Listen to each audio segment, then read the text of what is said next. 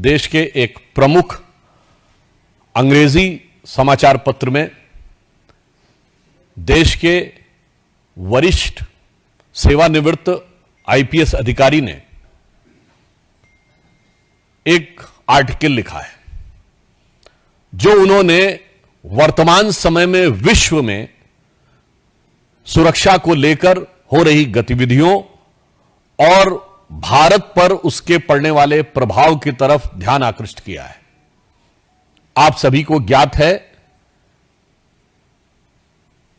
कि 1.5 वर्ष पूर्व जापान के पूर्व प्रधानमंत्री शिंजो एबे जी की एक राजनीतिक कार्यक्रम में हत्या हुई।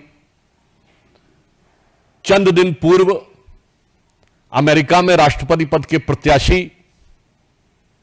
डोनाल्ड ट्रंप के ऊपर हत्या का अटेम्प्ट हुआ जिसमें वो बाल बाल बचे। उनका कहना है कि इस प्रकार की प्रवृत्तियां जो हिंसा और हत्या को उकसाती हैं, ये कहीं न कहीं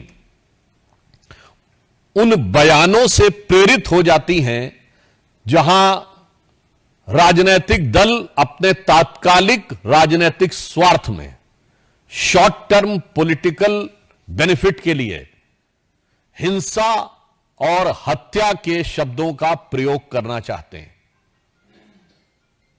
एक दुखद परंतु चिंताजनक बात यह है कि प्रधानमंत्री श्री नरेंद्र मोदी जी के विरुद्ध इस प्रकार के शब्दों का प्रयोग, और मैं साफ शब्दों में कहूंगा हिंसा के लिए उकसाने वाली भाषा निरंतर प्रयोग की जा रही है।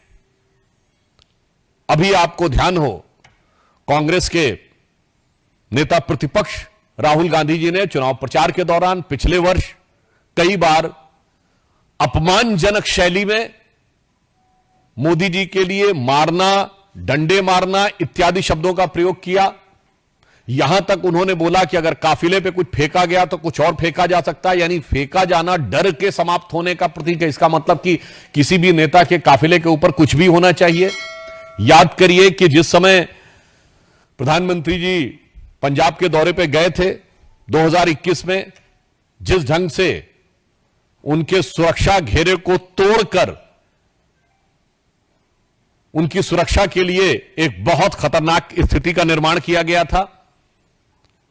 और इतना ही नहीं है, हम बहुत साफ शब्दों में कहना चाहेंगे कि मौत और हिंसा जैसे शब्दों का प्रयोग बयानों में नहीं होना चाहिए।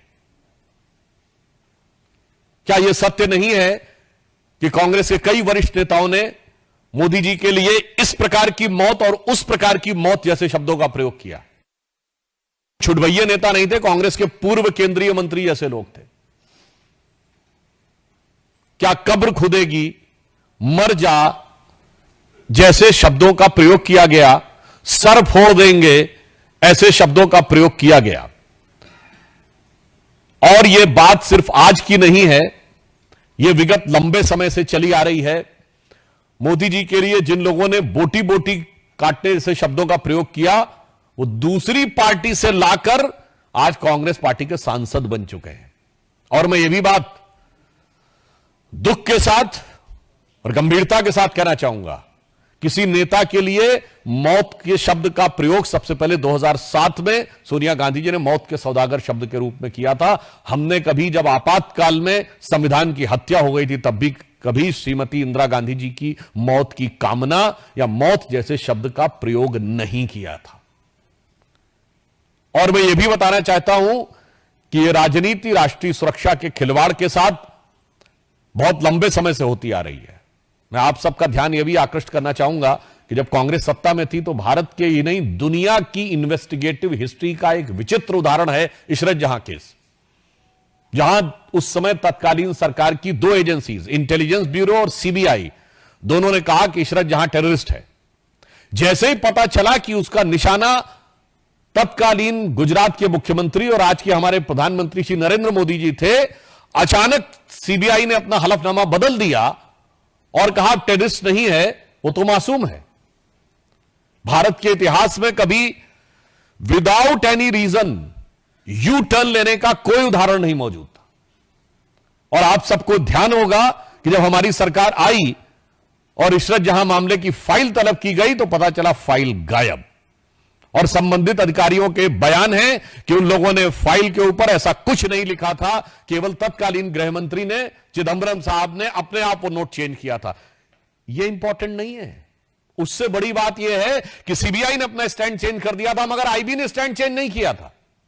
यानी आईबी पहले भी मान रही थी कि इशरत जहां टेररिस्ट है और बाद में भी मान रही थी इशरत जहां टेररिस्ट है। सीबीआई पहले मान रही थी टेररिस्ट है, मगर बाद में कहने लगी नहीं है। अर्थात दुनिया के इतिहास का इकलौता उदाहरण जहां एक ही सरकार की दो एजेंसीज एक दूसरे के खिलाफ खड़ी हैं।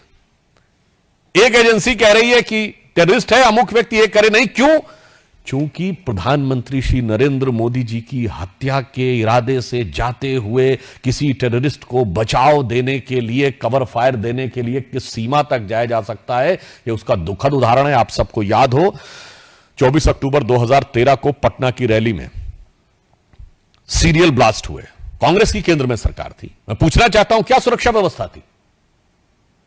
नरेंद्र मोदी जी को Z+ सिक्योरिटी थी और उसी सभा में हमारे तत्कालीन राष्ट्रीय अध्यक्ष और वर्तमान रक्षा मंत्री राजनाथ सिंह जी भी थे, उनके पास भी Z+ सिक्योरिटी थी सेंट्रल गवर्नमेंट की। दो नेता जिनके पास Z+ सिक्योरिटी हो सेंट्रल गवर्नमेंट की, और उसके लिए केंद्रीय सरकार ने क्या व्यवस्था की थी?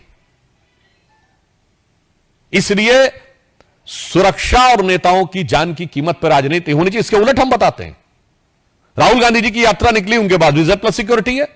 कश्मीर में आप सब ने देखा कि कितने मधुर मनोभावों के साथ भैया और बहन बर्फ के गोलों के साथ खेल रहे थे उस संवेदनशील जगह पे। केंद्र सरकार ने व्यवस्था सुनिश्चित की। मणिपुर जैसी जगह पे जहां इतना संवेदनशील है, उनकी यात्रा निकली और पूरा रूट सैनिटाइज करना और सारी व्यवस्था सुनिश्चित की गई। इसलिए मैं कहना चाहता हूं कि भारत की राजनीति में राजनीति अपनी जगह है, नेताओं के साथ प्रतिस्पर्धा अपनी जगह है, मगर प्रधानमंत्री श्री नरेंद्र मोदी जी के विरुद्ध जो राहुल गांधी ने शब्द बोला था, संसद में मैं याद दिलाना चाहता हूं, हिंसा हिंसा हिंसा, हत्या हत्या हत्या जैसे शब्दों का प्रयोग बंद होना चाहिए। दुनिया में इसके उदाहरण दिख रहे हैं, भारत में इसके परिणाम खतरनाक हो सकते हैं। यदि आप लोकसभा में नेता प्रतिपक्ष बने हैं, वैसे तो आप सबने सुना होगा जीत का जश्न होता है, जीत का उत्साह, मगर यहां हार का उत्साह है।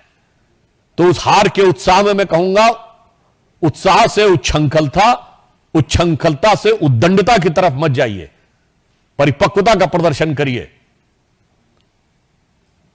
इसलिए मैं पुनः जहां से मैंने प्रारंभ किया था वहीं पे सभी राजनीतिक दलों से आग्रह करता हूं कि हिंसा और हत्या जैसे शब्दों का प्रयोग, किसी के प्रति आक्रमण, मारना, पीटना, कब्र खुदेगी जैसे शब्दों का प्रयोग बंद होना चाहिए।